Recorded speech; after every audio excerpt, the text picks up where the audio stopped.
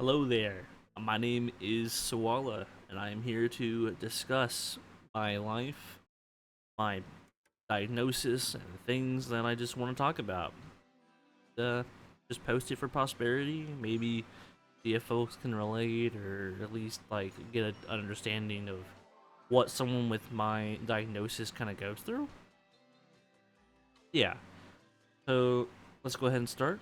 I am diagnosed with schizoaffective bipolar disorder, which is both having the qualities of schizophrenia and bipolar disorder, hence the name. I was initially diagnosed bipolar 2 in 2019, and since then, that has developed over time into my current diagnosis. Um, with that, it's important to note that there are qualities in both that kind of overlap, so it's hard to really pinpoint an exact time frame where knew that it was, one or the other.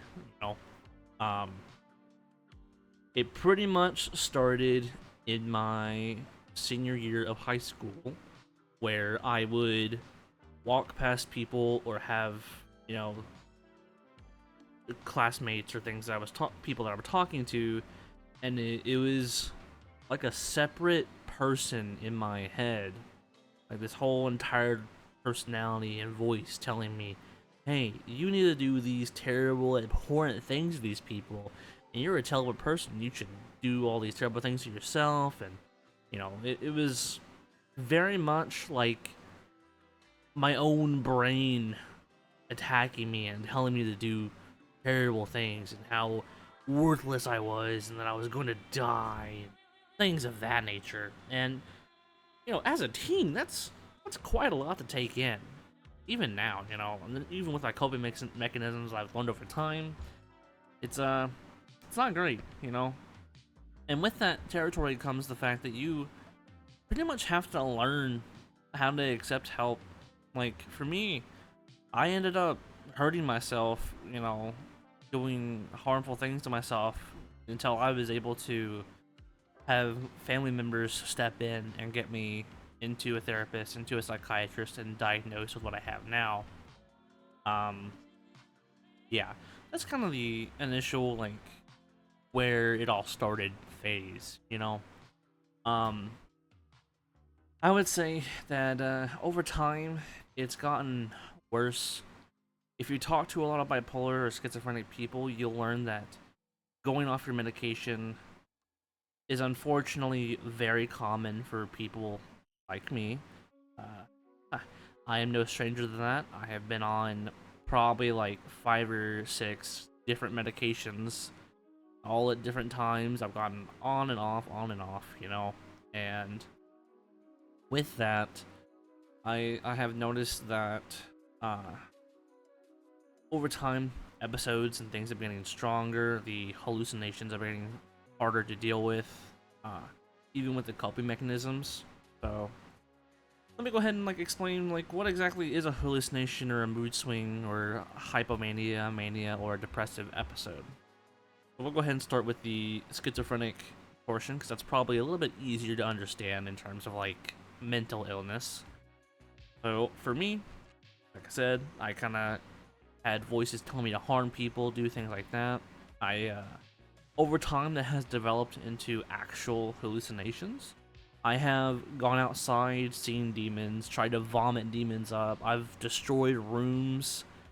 I've done this and that, completely disillusioned with what reality actually was at the time. And with that territory, you kind of understand that I just had no basis for what was real and what was fake in my head. The voices was telling me, "Hey, you're possessed by a demon. You're gonna kill these people." And that paranoia, that seed, just kind of grows and grows to where eventually you're gonna have a psychotic break, or you're gonna, do something bad enough that it's gonna be noticed. And for me, that was going outside, vomiting, doing this and that while on the street. Uh, yeah, that's kind of my personal experience. That's kind of where it started and where it's gone. Um, current day hallucinations are more of like grotesque dead bodies or rotting corpses, family members now, things calling my name, things telling me I need to do this and that. I still have those voices telling me to harm people and harm myself, or a lot of degradation. You're sitting here and you're existing as a person, and it's like you're constantly under attack if you're not focusing on something.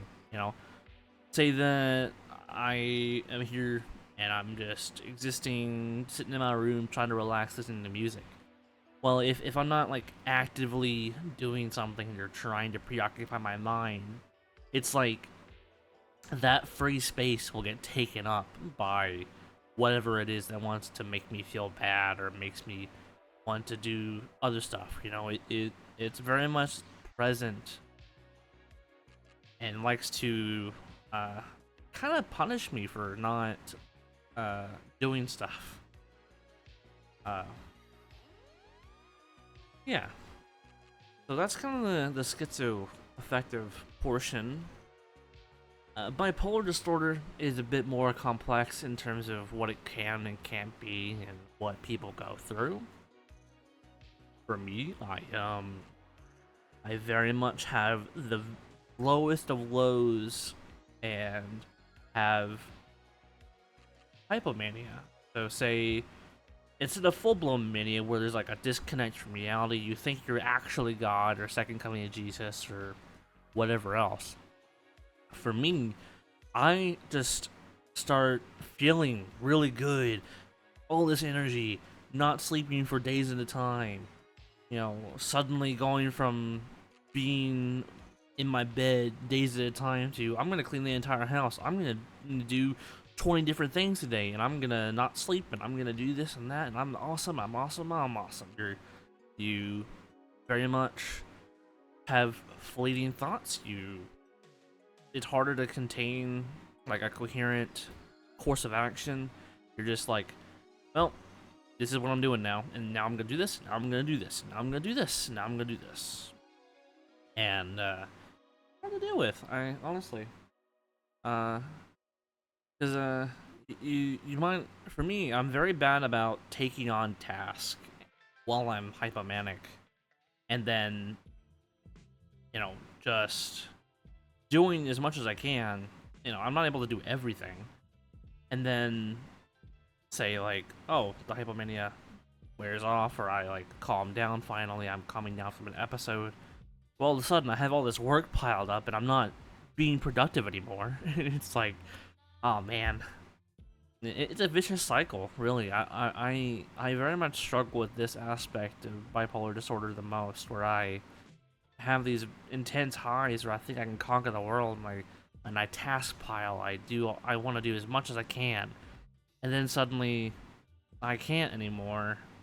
I just crumble down, and now there's all these tasks that I have to do, and that just creates all this anxiety, fear that I'm gonna like not be able to finish it in time, or the product that I make or do is gonna be worse for it.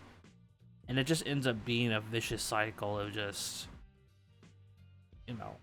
just feeling bad for not doing something, but then never having the energy to actually do that thing. That's kind of how it is for like hypomania for me, at least. I just get very energetic, very high all over the place, that kind of thing. I would say that my depressive episodes are probably the prominent thing that I go through in terms of like disabling events. Hello, Maya. For me, the depression is very bad because, like I said earlier, if I'm not being proactive or putting my mind to something, to a task, these voices and these thoughts and hallucinations kind of take over. And with the depression, I'm just gonna be in bed wanting to die.